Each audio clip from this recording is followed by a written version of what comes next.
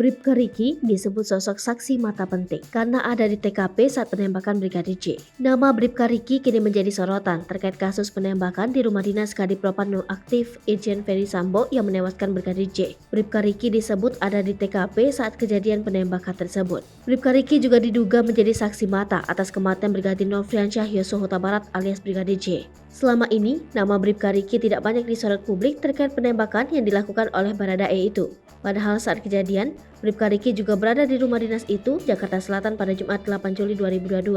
Ketua Komnas HAM Ahmad Taufan Damanik mengungkapkan, saat kejadian adu tembak antara Brigadir J dengan Baradae, Riki berada di lantai dasar rumah dinas tersebut. Menurut pengakuan Baradae, tiba-tiba saat itu dia mendengar suara teriakan istri Ferdy Sambo dari dalam kamarnya yang juga di lantai dasar. Lantaran mendengar teriakan yang cukup kencang, apalagi sampai namanya juga dipanggil oleh istri Ferdy Sambo.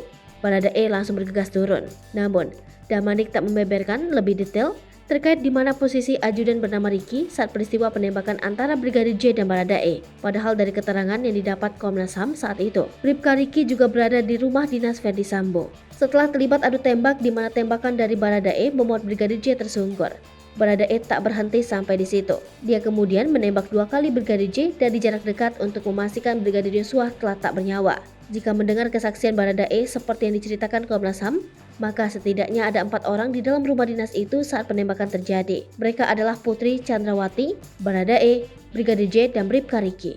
Namun informasi lain muncul. Kabarnya ada seorang lagi asisten rumah tangga yang berada di rumah dinas itu saat penembakan terjadi. Namun kabar ini masih terus dikonfirmasi. Komnas HAM sebelumnya telah memeriksa seorang ART namun belum menjelaskan posisi ART dimaksud saat kejadian.